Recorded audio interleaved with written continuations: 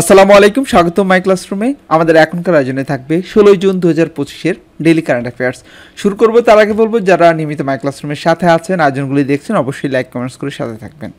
আমাদের আজকের প্রথম প্রশ্নটি হচ্ছে, G7 শীর্ষ সম্মেলন 2025 শুরু হয় কবে? সঠিক উত্তর হচ্ছে 15 থেকে 17 জুন। G7 শীর্ষ সম্মেলন 2025 এটি শুরু হয় 15 থেকে 17 জুন। সঠিক উত্তরটি হচ্ছে খতে। পরের প্রশ্নটি, G7 শীর্ষ সম্মেলন 2025 কোথায় অনুষ্ঠিত হচ্ছে? G7 শীর্ষ সম্মেলন 2025 অনুষ্ঠিত হচ্ছে আলবার্টা, কানাডা। সঠিক উত্তর গ অপশনে, Alberta, Canada. MQ-9 reaper drone কোন দেশের তৈরি? ড্রোনটির নাম হচ্ছে MQ-9 রিপার। এটি তৈরি করেছে যুক্তরাষ্ট্র। আন্তর্জাতিক আণবিক শক্তি সংস্থা IAEA এর সদর দপ্তর কোথায় অবস্থিত? IAEA এর সদর দপ্তর, বা যদি বাংলায় বলি আন্তর্জাতিক আণবিক শক্তি সংস্থা এর সদর দপ্তর কোথায়? উত্তর হচ্ছে ভিয়েনা, অস্ট্রিয়া। মোসাদ কোন দেশের গোয়েন্দা সংস্থা?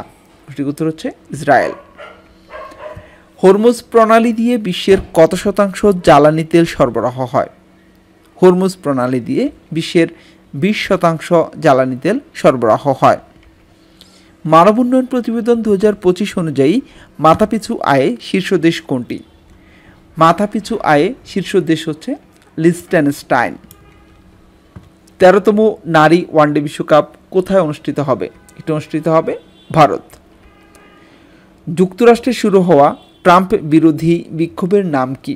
এর নাম হচ্ছে নো কিংস ডে। এটি যুক্তরাষ্ট্রে শুরু হয়েছে ট্রাম্প বিরোধী বিক্ষোভ, তার নাম হচ্ছে নো কিংস ডে। সঠিক উত্তর খ। বিশ্বের সবচেয়ে গুরুত্বপূর্ণ তেল পরিবহন পথ কোনটি? এটি হচ্ছে হরমুজ প্রণালী।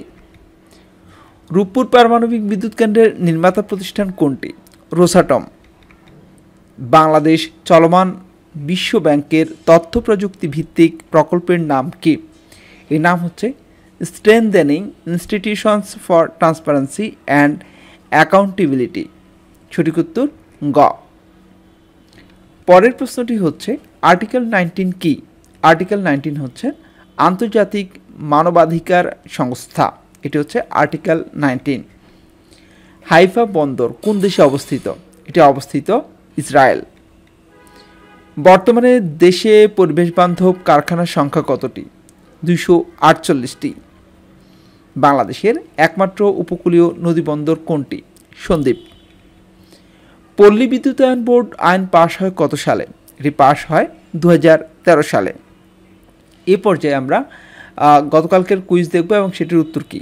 জুলাই অভ্যুত্থানের দ্বিতীয় শহীদ কে? এটি ছিল গতকালকের কুইজ, গত পর্বের। এর সঠিক উত্তর হচ্ছে ওয়াসিম আকরাম। জুলাই অভ্যুত্থানের দ্বিতীয় শহীদ ওয়াসিম আকরাম। এবারে আজকের কুইজ দেখব, হাইফা বন্দর কোন দেশে অবস্থিত? 4টা অপশন থাকছে আপনার জন্য: জর্ডান, লেবানন, ইসরায়েল, সৌদি আরব। প্রশ্নটি হচ্ছে, হাইফা বন্দর কোন দেশে অবস্থিত? এবারে আমরা আজকের হাদিসটি দেখব। প্রতিদিনের মতো আমরা আজকের হাদিসটি পড়ছি।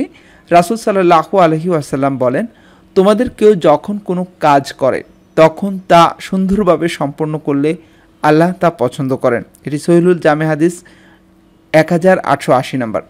দেখুন, আল্লাহ কোনো কাজ করলে সেটি সম্পূর্ণ করতে বা সুন্দর করে করার জন্য এখানে তাগিদ দিয়েছেন। এটি হচ্ছে ইসলামের সৌন্দর্য। মাই ক্লাসরুমের সাথে থাকবেন, ভালো থাকবেন। আল্লাহ হাফেজ।